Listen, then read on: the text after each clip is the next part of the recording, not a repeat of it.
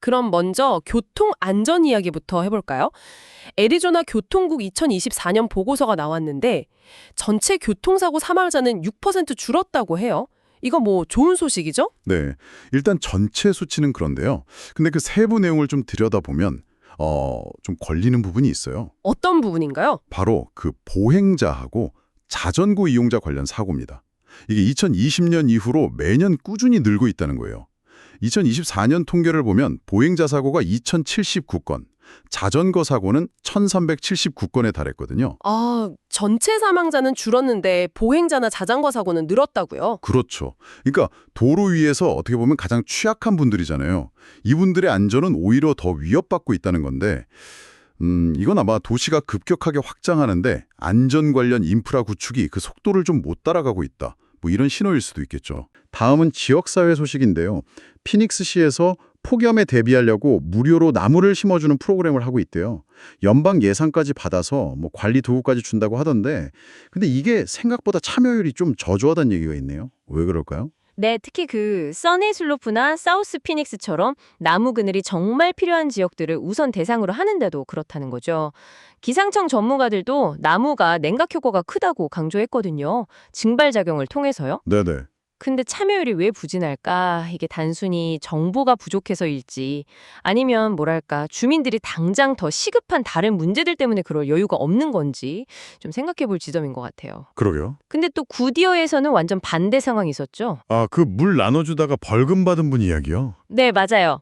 더위에 지친 이웃들한테 그냥 무료로 물 좀 제공했는데 그걸 HOA, 주택 소유자 협회 규정 위반이라고 벌금을 받았다는. 와, 정말 선의가 규제랑 이렇게 딱 부딪히는 상황이네요. 그렇죠. 심지어 이 주민분은 HOA 이사진 교체하려고 서명운동까지 벌였다고 하더라고요. 허허, 참. 그럼 이런 주민들 일상에 직접적으로 와닿는 경제 상황은 좀 어떤가요? 주택보험료가 엄청 올랐던 소식이 있던데요.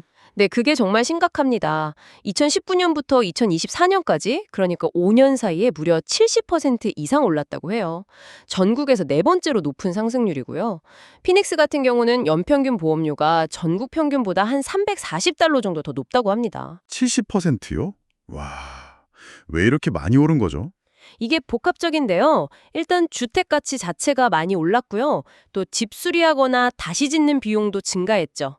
거기다 애리조나가 원래 좀 극심한 더위나 뭐 같은 홍수 같은 기상 이변 위험이 있잖아요. 이런 기후변화 리스크 증가가 직접적인 원인으로 작용하고 있는 겁니다.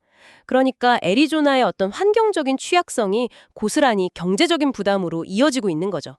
아리랑 반짝 아리랑 반짝 엄마 손길 그대로 아리랑 반짝 아리랑 반짝 아리조나 아리랑 반짝 7월 11일 금요일 오픈합니다. 문의 480-352-6554. 아, 집 문제만 그런 게 아닌가 봐요. 자동차 마련하는 것도 보니까 만만치 않아 보이던데요. 신차 구매자 5명 중 1명이 월 1,000달러 이상 할부금을 낸다고 하고 또 22%는 7년짜리, 그러니까 84개월 초장기 할부를 선택한다고요? 네, 맞습니다. 이게 단순히 차값만 비싸서 그런 게 아니고요.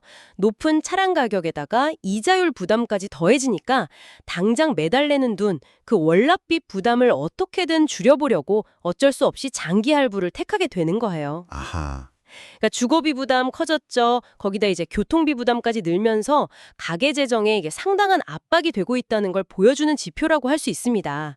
아까 이야기했던 그 나무 심기 프로그램 참여율 부진 있잖아요. 네네. 어쩌면 이것과도 연결지어 생각해 볼 수 있을 것 같아요. 당장 이런 경제적인 어려움이 더 크게 느껴지니까 다른 데 신경 쓸 여유가 없을 수도 있는 거죠. 아, 그럴 수 있겠네요. 정말 팍팍한 현실인데요. 근데 이런 경제적 압박 속에서도 스포츠계에서는 정말 어마어마한 소식이 들려왔어요. 피닉스 선지의 데빈 부커 선수 2년에 1억 4,500만 달러 연장 계약. 와, 연평균 7,250만 달러면 NBA 역사상 거의 최고 수준 아닌가요? 팀이 얼마나 과감하게 투자하는지를 보여주는 거죠. 다만 조금 전에 저희가 살펴봤던 주민들의 어떤 경제적 현실과는 상당한 좀 대비를 이루는 소식이긴 합니다. 그렇죠. 빛과 그림자 같네요. 그리고 이런 화려함 이면에는 또 다른 현실도 있어요. 마리코파 카운티 보안관실에서 100만 달러 규모의 불법 마리화나 재배 시설을 적발했다는 소식인데요. 100만 달러요? 지난 10년간 가장 큰 규모 중 하나라고 하던데요. 네, 그렇게 추정된다고 합니다. 3명이 구금됐고 다른 주로 제품을 배송한 정황까지 포착됐다고 하니까 꽤 큰 규모죠. 합법화가 됐는데도 여전히 이런 대규모 불법 시장이 존재한다는 거네요. 이것도 참 아이러니하고 또 다른 사회적 과제를 보여주는 것 같습니다. 그렇죠. 합법 시장을 잘 관리하는 문제, 그리고 동시에 이런 불법 유통망을 차단해야 하는 과제가 여전히 남아있다는 걸 보여주는 거죠. 오늘 저희가 살펴본 이 소식들을 쭉 보면요. 애리조나는 정말 그 성장이라는 동전의 양면을 아주 뚜렷하게 보여주는 것 같아요. 경제적인 기회나 발전, 그 이면에는 교통 안전 문제라든지 생활비 급등, 또 환경적인 도전, 그리고 사회적인 어떤 긴장감 같은 과제들이 계속 공존하고 있는 모습입니다. 정말 그렇네요.